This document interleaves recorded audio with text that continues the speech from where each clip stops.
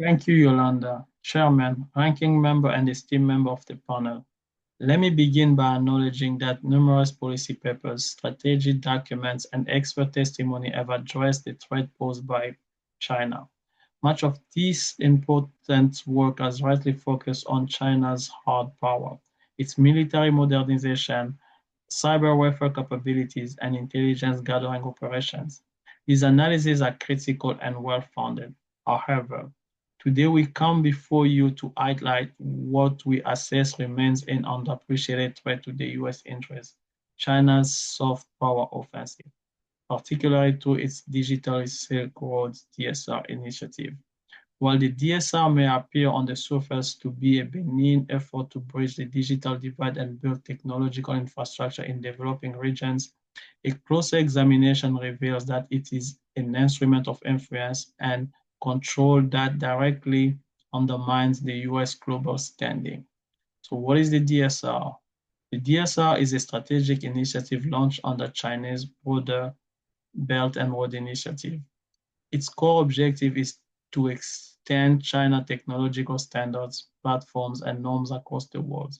Unlike traditional hard power approaches, the DSR uses infrastructure, connectivity, and digital services as levers of influence. So what's behind this? This ambitious project is orchestrated by the Chinese Communist Party, or CCP, which employs a vast network of state agencies, financial institutions, and a mix of state-owned and private technology firms. At the helm of this effort is the Central Cyberspace Affairs Commission, which operates under the direct oversight of the CCP. This body is tasked with shaping cyberspace policy and establishing regulatory control mechanisms. Furthermore, the CCP United Front Work Department plays a vital role in strengthening ideological influence over the private economy, ensuring that businesses align with the nation's strategic objectives. Key financial institutions such as the Exim Bank of China and the China Development Bank are pivotal in financing the overseas expansion of Chinese digital firms. For instance, they have reportedly provided substantial support packages to companies like Huawei. While these companies, including Alibaba, Tencent, Hikvision, may often be labeled as private entities, the reality is that they operate under direct political guidance. They also have a legal obligation to comply with CCP as mandated by laws such as the National Intelligence Law of 2017, which requires adherence to state security requests.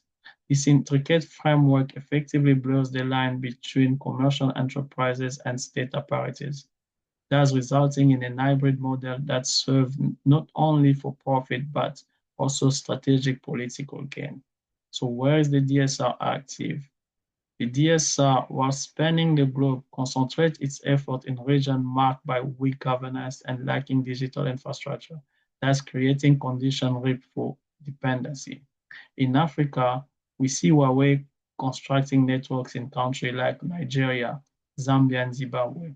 Meanwhile, Transition Holding has taken control of the smartphone markets. Moving to South Asia, we found Alibaba and Tencent establishing cloud data centers in Indonesia.